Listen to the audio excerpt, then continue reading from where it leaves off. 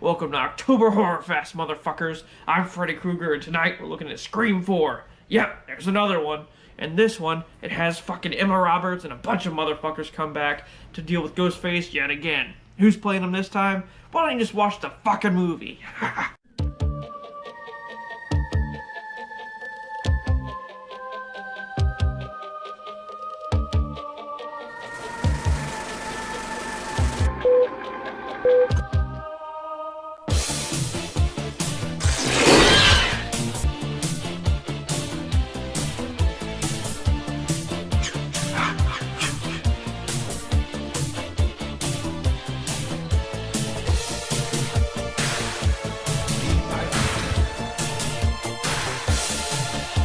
They were making love while that young boy drunk.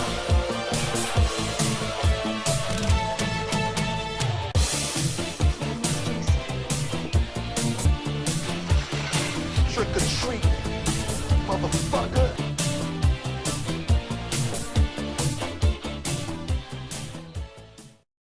With your host, Freddy. Happy Halloween, bitch.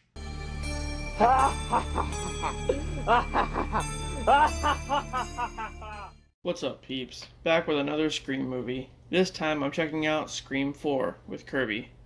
No, not that Kirby. On the 16th anniversary of the Woodsboro murders, 2 high school girls were murdered by Ghostface. The next day, Sidney returns to Woodsboro to promote her book, which tells the story of the earlier films. As an investigation is going on, police somehow find evidence in Sidney's car, forcing her to stay in town during the investigation. As that's going on, we're introduced to Sidney's cousin, Jill, who's dealing with her cheating ex. Aw, sucks, as she gets a call from Ghostface. Dewey, who's now the sheriff, questions Jill and her friends, Olivia and Kirby, about the phone calls they all received. We're also introduced to one of his deputies named Judy. Gail, who's now Dewey's wife, decides to do her own investigation, despite Dewey saying not to. She's just always got to be involved, don't you, Gail? Later that night, Olivia gets killed by Ghostface, and Sidney ends up firing her publicist Rebecca because she wants to exploit the current murders to increase the book sales. Also, she gets murked too. For her investigation, Gail gets 2 high school students to help, Charlie and Robbie, who, like Randy, are self-proclaimed movie experts. Charlie tells her that the killer is following horror remake rules and that they may show up at the screening for the new Stab movie. So, at the screening, Charlie's right because Ghostface shows up and stabs Gail. A bit later, Ghostface kills Jill's mother and then Robbie, while Jill and gang are at her house. Sidney shows up to the house and calls Dewey for help as Kirby finds Charlie tied up.